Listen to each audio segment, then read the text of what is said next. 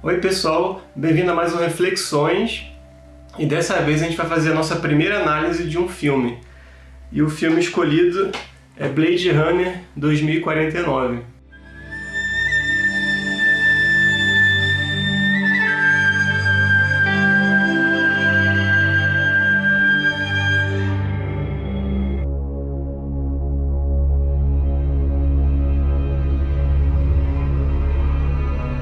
Por que eu resolvi falar sobre esse filme?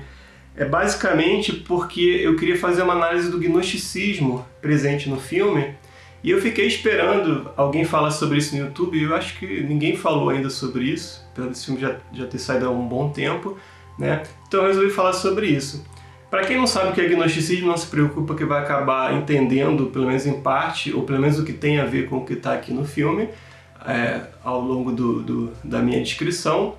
Para quem não acredita que esse filme tem gnosticismo, você pode ficar aí para ver ou considerar que o Philip K. Dick, né, que é o autor do filme original onde se inspirou o primeiro Blade Runner, né, se androides sonham com ovelhas elétricas, né, mais ou menos esse é o título, vou botar aqui na descrição.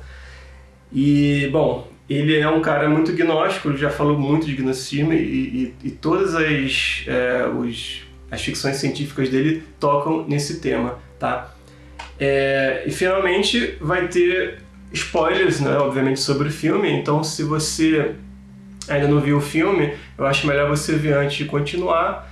E eu devo dizer que você não precisa ter visto o primeiro Blade Runner, apesar que é bem interessante considerar o primeiro Blade Runner também, mas esse filme ele pode ser visto dissociadamente, né, sem você necessariamente ter visto o anterior, e a minha crítica também vai considerar isso, que a gente vai falar muito pouco sobre o filme anterior, e mesmo assim o que eu falar vai se referir muito ao personagem que está desde aquela época, que é o Deckard, né, que é do Harrison Ford, e não muito mais coisa além dele, tá? Então fica aí, e quando eu voltar vão ter spoilers do filme.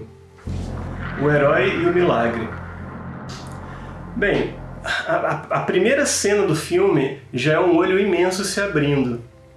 E logo na sequência, que essa cena tem poucos segundos, logo na sequência a gente tem o herói principal da história, que é o Kay, né, que é um policial caçador de androides, e ele está navegando, né, por Los Angeles no carro aéreo dele, só que ele deixou no piloto automático que ele estava dormindo e o alarme dispara falando que ele está chegando no destino que ele tinha programado. Então ele começa o filme dormindo e antes dele acordar, né, antes da cena que ele está dormindo e acorda, tem esse olho gigante. Então guardem isso porque vai ser interessante depois.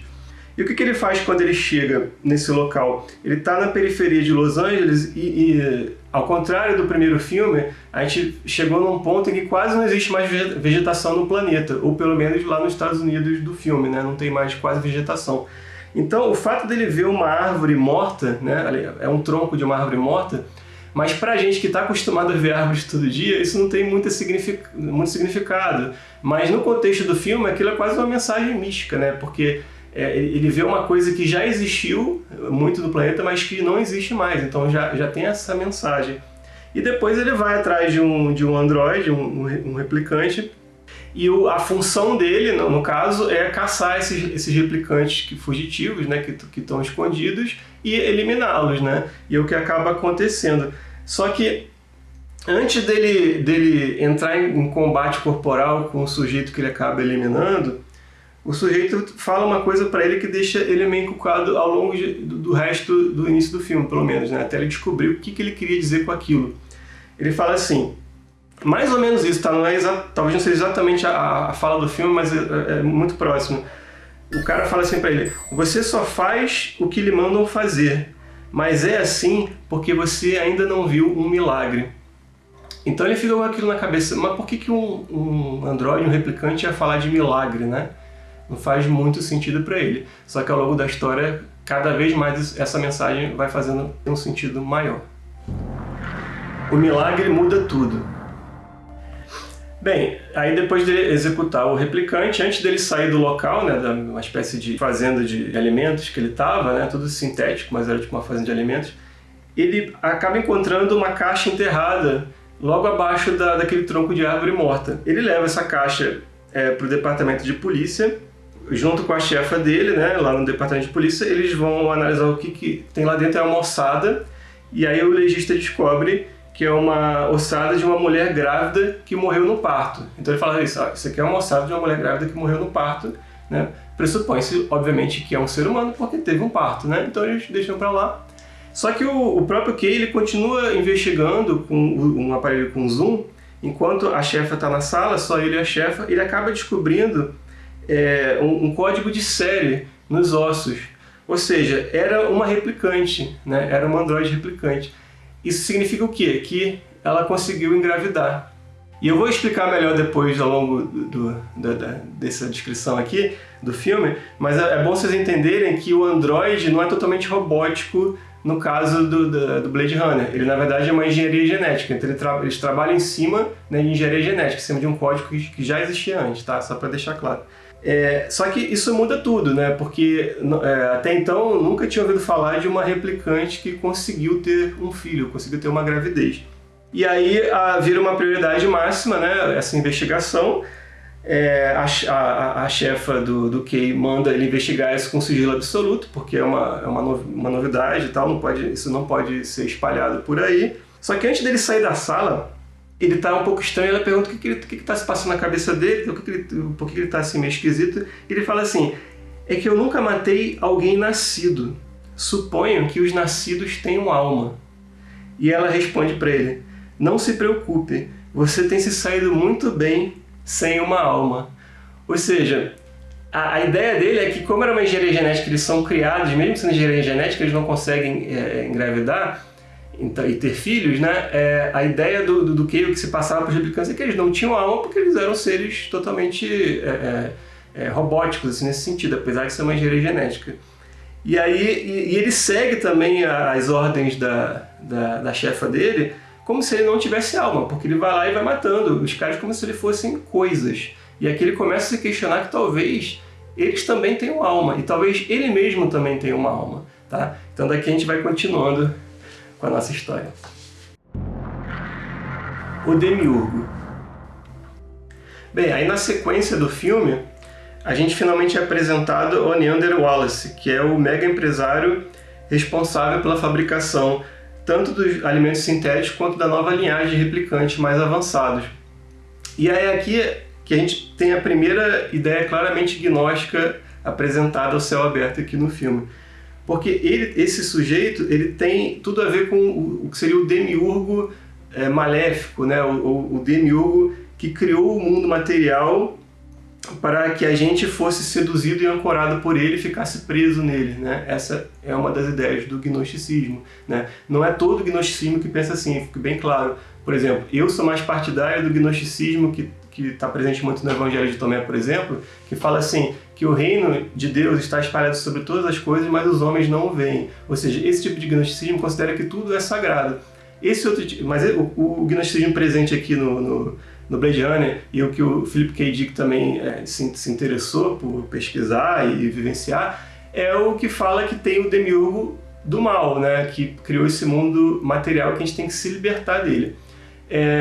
Isso é tratado, mesmo nesse filme, de uma forma um pouco superficial também. É óbvio que no gnosticismo mais profundo, isso tem muito mais a ver com pensamentos, né? Com coisas internas da nossa alma. Ou seja, o mundo é material no sentido de que a gente interpreta ele dessa forma, e a gente tem que começar a interpretar mesmo o que é material de uma forma mais espiritual. Então a nossa visão do mundo muda. O mundo vai continuar sendo mais ou menos o mesmo, a nossa visão muda, mas não deixa de ser uma representação muito fidedigna do que é o gnosticismo que o Philip K. Dick concorda, né? E que se interessou em pesquisar e divulgar através dos livros dele. Então esse filme não é baseado totalmente numa história do K. Dick, mas é tipo uma homenagem a tudo que ele defendeu, né, ao longo da carreira dele como escritor. E aí é isso, o Neander Wallace ele é cego, depois a gente vai explicar melhor o que isso quer dizer, além de tudo ele ser cego, mas é basicamente isso, que ele representa o demiurgo, tá? A garota holograma. Outra personagem muito interessante do filme, segundo um amigo meu é a mais interessante, é a Joy, né, que é J-O-I o nome dela, mas Joy também com isso seria alegria em inglês, né, seria a tradução. E ela serve como uma espécie de uma boneca sexual mais avançada, só que totalmente virtual. Ou seja, ela é tipo um programa holográfico de computador e que tem uma certa personalidade.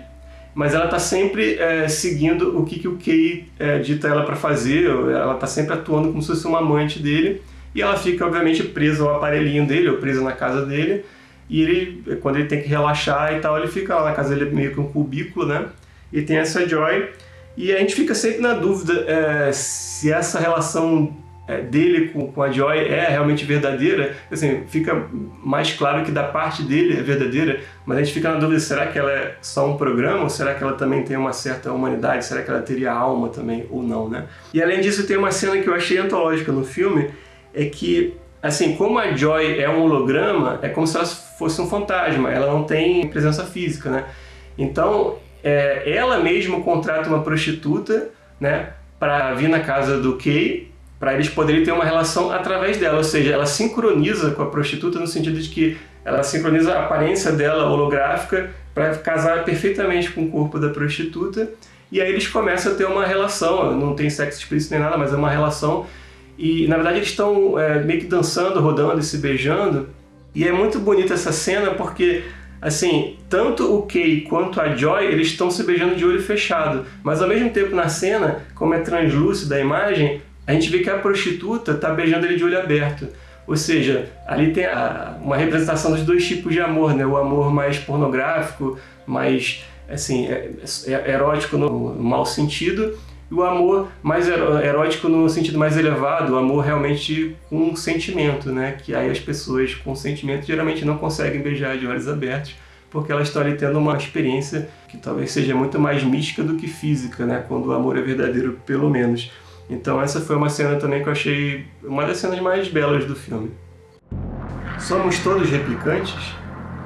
Bem, e a Joy participa de uma outra cena que eu acho consideravelmente profunda do filme, embora possa passar desapercebida para muita gente, que é quando o Kay está analisando um por um os registros genéticos das pessoas nascidas na época do parto da criança que ele está caçando. Ele está caçando a criança que teria nascido lá daquela replicante que ele achou a ossada.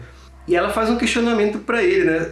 Ela questiona sobre a diferença, né, entre seres com código genético, mesmo uma intervenção humana, né, que seria uma engenharia genética que causou a criação dos replicantes, e o Kay é um replicante, e os seres de inteligência artificial, ou seja, compostos por zeros e uns, só informação. E aqui tem uma questão importante, realmente, porque é importante a gente lembrar que em todos os livros do K. Dick, e no Blade Runner original também, nesse aqui também, os androides eles não foram criados do zero, eles são intervenções genéticas numa coisa que já existia, que era o código genético humano. Ou seja, já tinha um código pré-existente que não foi inteiramente criado pelo homem. E aí assim fica perfeitamente verossímil essa questão de que um replicante poderia eventualmente engravidar. Porque por mais que o homem tenha interferido ali na natureza normal e tenha, obviamente, criado replicantes que eram estéreis, não significa que ao longo do tempo, né, como a gente não controla totalmente as mutações genéticas e a natureza em geral, não significa que não poderia ocorrer uma raridade de uma gravidez, e daí a gente ter uma variação genética que começasse a introduzir uma nova espécie de ser humano, que seriam os replicantes que eventualmente conseguem engravidar e criar uma nova espécie. E aí passa a ter alguns questionamentos interessantes, porque no primeiro filme, o Deckard, que é o personagem do Harrison Ford, tem uma grande questão do primeiro filme, que é a gente saber se ele era replicante ou não. Isso fica em aberto até o final do filme. Nesse filme aqui, já desde o início a gente sabe que o herói ele já sabe que é replicante, ele não só é replicante, ele sabe que é replicante. E aqui a questão passa a ser um pouco mais profunda, que é a questão, será que replicante tem alma?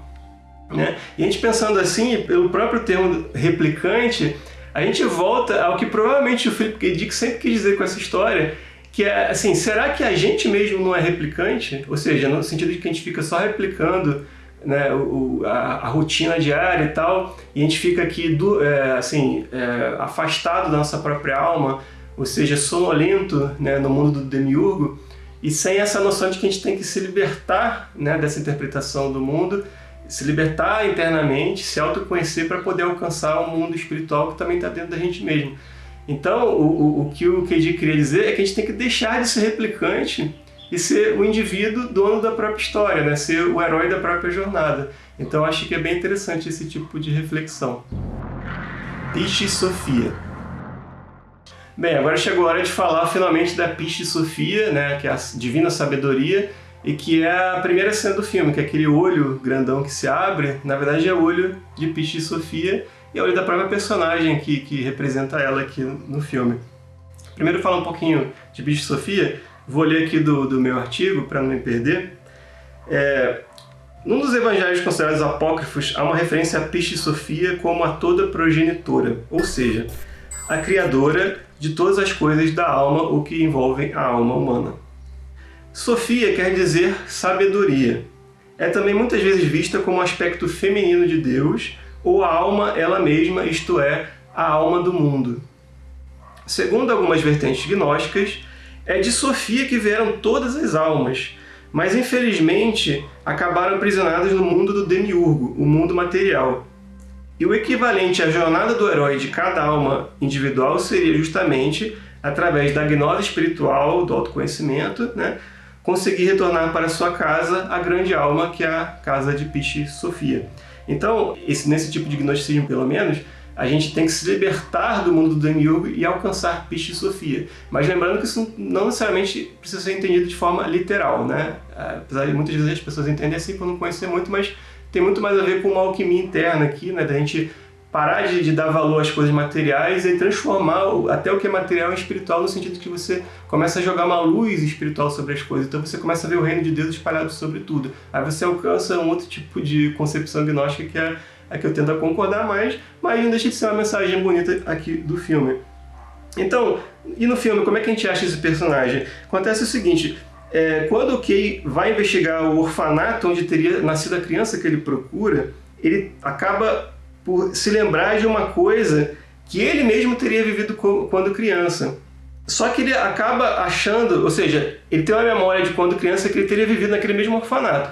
Só que, pela concepção dele até aquele momento, essa memória dele é falsa, tá? Porque ele já foi criado adulto, como todo outro replicante, e todas as memórias dos replicantes são falsas, são implantadas lá só para o cara não ficar muito doido da cabeça, achar que teve uma infância, mas eles mesmos sabem que não tiveram, que é tudo uma coisa falsa. Mas ele começa a questionar isso porque ele acha, era tipo um cavalinho esculpido em madeira, que estava escondido em algum lugar ali do orfanato, e o orfanato já está abandonado há muitos anos, só que ele consegue achar esse cavalinho, ele pega na mão, ele vê, poxa, então isso aqui existiu de fato, essa memória é real, e aí ele fica transtornado, porque até então ele achava que ele estava buscando um milagre que seria essa criança, mas agora ele começa a achar que ele mesmo pode ser o milagre que ele mesmo estava buscando, então ele começa a ficar assim, nossa, e isso tem tudo a ver com a busca espiritual, é uma metáfora muito interessante, quando você busca pela alma, você acaba encontrando ela dentro de você mesmo, de certa forma. Mesmo a grande alma, Piscis Sophia, que está lá no mundo espiritual, mas o mundo espiritual está em tudo, então a gente também está conectado a todo momento, então a gente também faz parte da grande alma, então a gente também é a alma, Como tem aquela frase espiritualista, todos somos um, parte daí. Só que ainda assim ele fica achando que essa memória pode fazer parte de um complô esquisito, uma coisa de alguns revolucionários e que estão criando memórias falsas, e ele vai tentar validar essa memória. Aí sim ele chega no galpão da doutora Anna Stelline, e essa é a Piscis Sophia.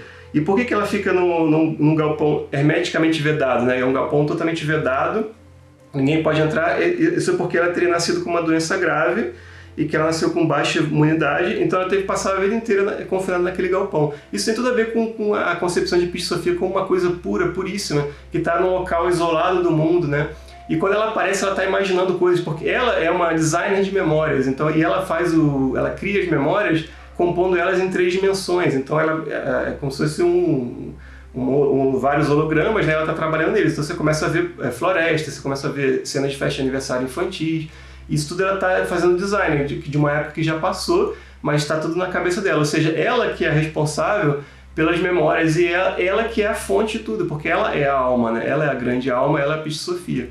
É claro que no filme isso não fica tão claro de início, aqui já estou dando um mega spoiler, mas a história toda é sobre isso, sobre você alcançar a Piscis Sophia, E é interessante porque quando ele vai validar a memória com ela confirma que a memória é real. E ele fica, assim, super transtornado, muito emocionado, só que ele não percebe que ela fica mais do que ele, E depois a gente vai entender por que ela ficou ainda mais emocionada do que ele.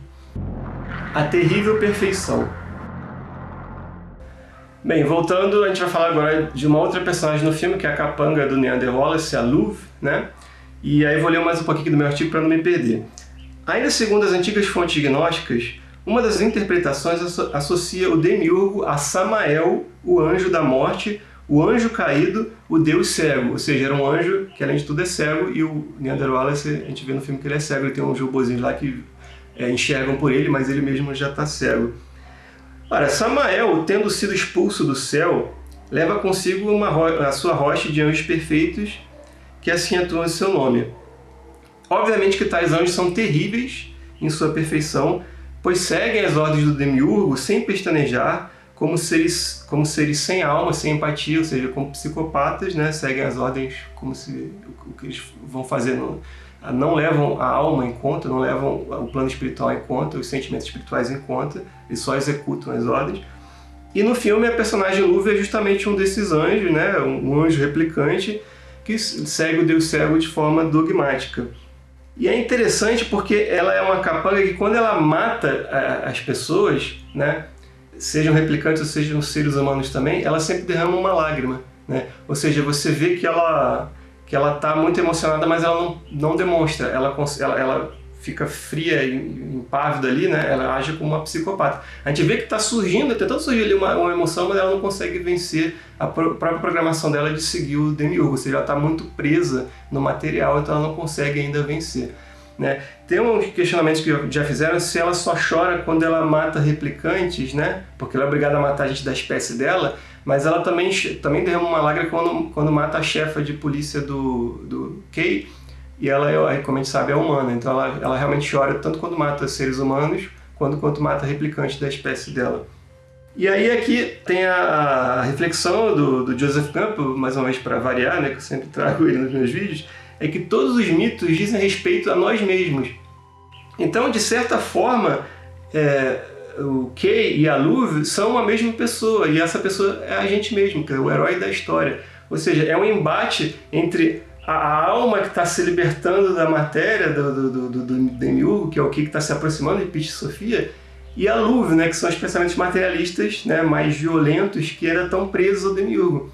E aí o fato deles se enfrentarem debaixo d'água, ou numa cena que eles estão quase se afogando, também remete muito ao inconsciente, né? As coisas que acontecem dentro da gente, dentro da cabeça da gente, né? Então eu também achei que tem tudo a ver. Fora que tem uma cena pelo menos quando eles começam a se enfrentar, que os dois se ferem ao mesmo tempo, né? Que é aquela história, você vai enfrentar o monstro, só que o monstro é você mesmo, e quando você fere o monstro, você fere a você mesmo, né? Então até o dia que você percebe que como o monstro é você mesmo, você tem que apaziguar o monstro, ficar amigo do monstro, domesticar o monstro, e aí sim você toma as rédeas da própria vida, e assim você se torna o herói, né, de fato, na sua própria história. Deckard, o ancião. Bem, eventualmente no filme a gente fica sabendo que aquela androide que acharam a alçada, aquela replicante que acharam a alçada, era na verdade a Rachel do primeiro filme, né? E que ela teve um filho, e obviamente se ela teve um filho, provavelmente foi com o Deckard, né? Que já era o par romântico dela no final do filme. Então o Kay está atrás do Deckard, que é o Harrison Ford, né?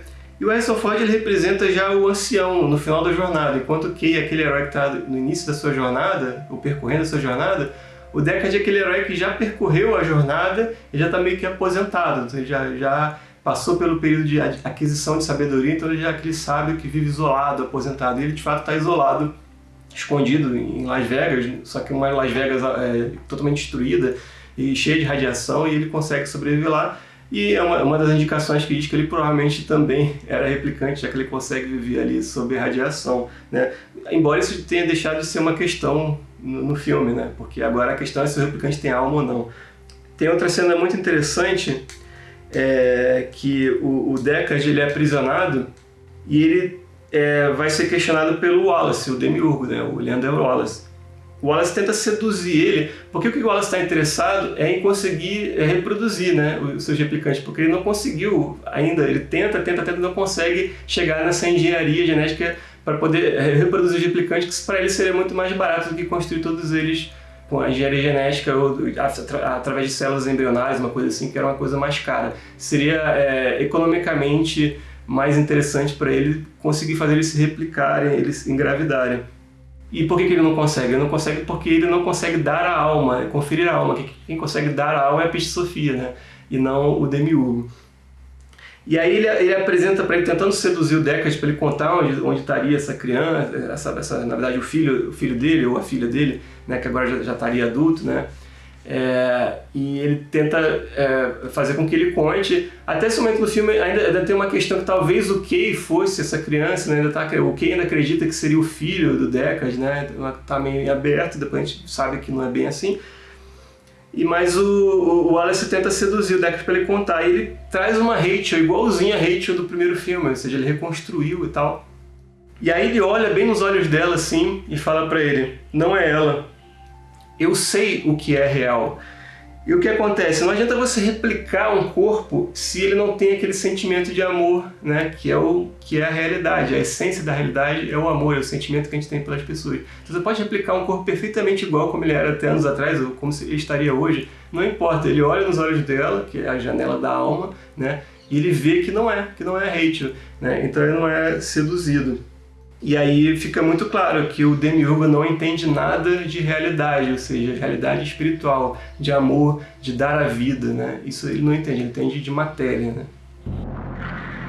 É preciso alma para amar. Bem, tem uma cena tocante no filme ainda, que quando eles estão capturando Deckard, os capangas do Wallace acabam destruindo uma espécie de pendrive onde o Kay estava guardando a joia, né? Que era a amante virtual dele.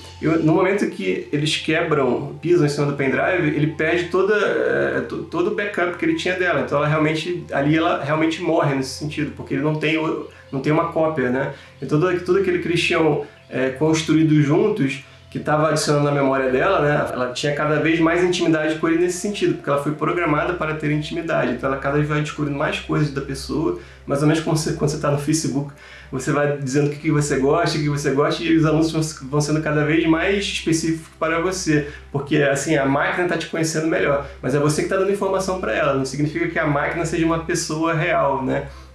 E tem gente que defende que a Joy, na verdade, era uma pessoa real também, que ela teria alma e tal, mas eu acho que, sinceramente, que tem uma cena muito bonita no filme também, e muito triste ao mesmo tempo, que deixa muito claro que ela não era uma pessoa real. Essa cena aqui, ó, em que ele está andando assim pela cidade, e aparece um holograma de uma outra joia gigante, né? Porque ela é um produto, você compra uma joia como você compra hoje um PlayStation. Então e todas elas se chamam joia, assim como todos os PlayStation se chamam PlayStation. E ele olha para ela e ela fala que acha que o nome dele é Joe, né? E aí tem uma cena anterior do filme que eles estão conversando e tal, e ela quer dar um nome pra ele, né? Ela acha que o nome Kay é muito curto, ela queria dar um nome pra ele, o nome da intimidade do casal, e ela também chama ele de Joe lá atrás. Então ele vê que isso aí era nada mais do que uma programação, né? Todos os passos da Joy já estavam pré-estabelecidos. Então ela finge ser uma coisa que ela não é.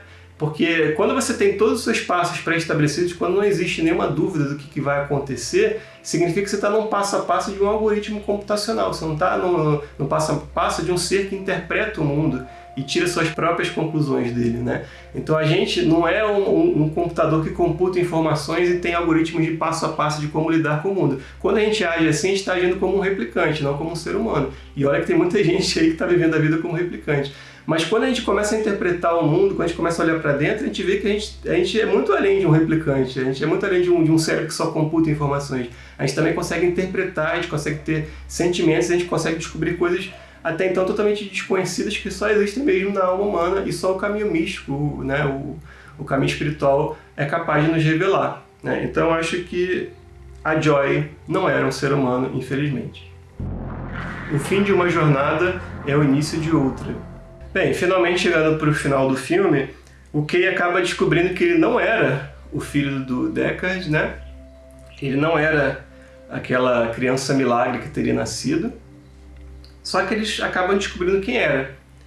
E na cena final do filme, ele não se desvia em nenhum momento do seu caminho de proteger o Deckard, de salvar o Deckard, para levar ele até a criança milagre, mesmo sabendo que não era ele. Ou seja, ele se sacrifica, né? Ele pratica o sacro ofício totalmente desprendido de qualquer expectativa de encontrar um pai, né? Que ele imaginou talvez que o Deckard fosse o pai dele, ele vê que não é. e mesmo assim ele não se desvia da missão. Então ele realmente atua como um herói no seu caminho realmente reto, espiritual, no seu caminho do Dharma, no seu sacro ofício. E quando eles estão chegando lá, bem, aí se descobre que a criança milagre era a própria Pitti Sofia, a doutora Ana Stellini, né, que estava lá isolada e tal, e na verdade ela sempre esteve protegida, e ela que fazia o design de todas as memórias, e ela que é a líder da revolução, porque como ela está, através dessas memórias, implantando ideias revolucionárias na cabeça dos replicantes, né, ela está debaixo das barbas do Wallace, do Demiurgo, ela está tramando contra ele, né, pelo menos é o que dá a entender aqui a história do filme. E quando eles estão chegando, o Kay tá bem ferido, assim, né? E o Deckard pergunta pra ele se tá tudo bem. E ele fala, não, tá tudo bem, eu vou ficar por aqui, pode entrar. E aí tem uma cena que ele tá em profunda paz, ele tá nevando, né? Tá caindo aqueles floquinhos de neve, ele tá em profunda paz, ele finalmente tá em paz, né? Porque ao longo de todo o filme, desde quando ele acorda lá no início, ele tá sempre meio angustiado, né? E quando ele descobre que ele pode ter uma alma, ele fica ainda mais angustiado. E aí eu acho que nessa cena final dizem que ele morre, eu não tenho certeza se ele morre ou não, mas acho que nem vem muito ao caso, porque o que importa aqui nessa cena final do Kay é que ele descobre que ele tem alma, né? Ele tá em paz porque ele achou a própria alma. Então se ele vai morrer ali ou não também não faz muita diferença, o que importa é que ele encontrou a alma dele, né? E aí ele encontra a paz. E aí a cena final do filme é o Deckard, né? Que é o ancião, o herói no final da jornada, que ele encontra o milagre em carne e osso, né? Que é a filha dele pela primeira vez, porque na história ele teve a filha e ele teve que esconder ela e nunca teve oportunidade de estar em contato com ela, porque a mãe morreu no parto, ele teve que se esconder e ele escondeu a filha dessa forma para ninguém matar ela, né? Então essa aqui é interessante. E a sua filha era todo o tempo a própria designer de memórias dos androides de Wallace, né? A própria Pitti Sofia, a alma do mundo. E essa iluminação, o sentido final de toda e qualquer jornada espiritual, a contemplação da alma. E aqueles que já sabem disso tornam-se nesta criação co-criadores, artistas do espírito.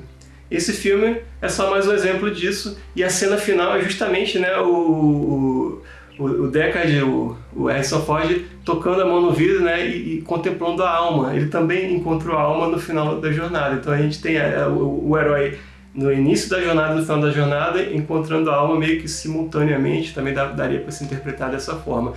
Então, assim, acho que dá para entender o que eu quis dizer com gnosticismo lá no início, mesmo para quem não entende exatamente o que é gnosticismo. Se vocês se interessaram pelo tema, eu recomendo a minha tradução do Evangelho de Tomé e Maria, né, que eu tenho uma tradução tanto do que sobrou do Evangelho de Maria, que é pouca coisa, mas o Evangelho de Tomé, que é um dos que eu considero mais profundos, ele sobrou quase inteiro, né, foi achado lá em Nag Hammadi, na década de 40, se não me engano, lá no Egito, em vasos enterrados no deserto, e eu traduzi do inglês. Então tem esse meu livro aí, Os Evangelhos de Tomé e Maria, para quem se interessou pelo gnosticismo. E para quem se interessou pelo Blade Runner em geral, eu recomendo muito também as análises do primeiro filme da série, do meu amigo Acid, do Saindo da Matrix, que eu vou botar os links aqui embaixo também, tá? Um beijo e até a próxima!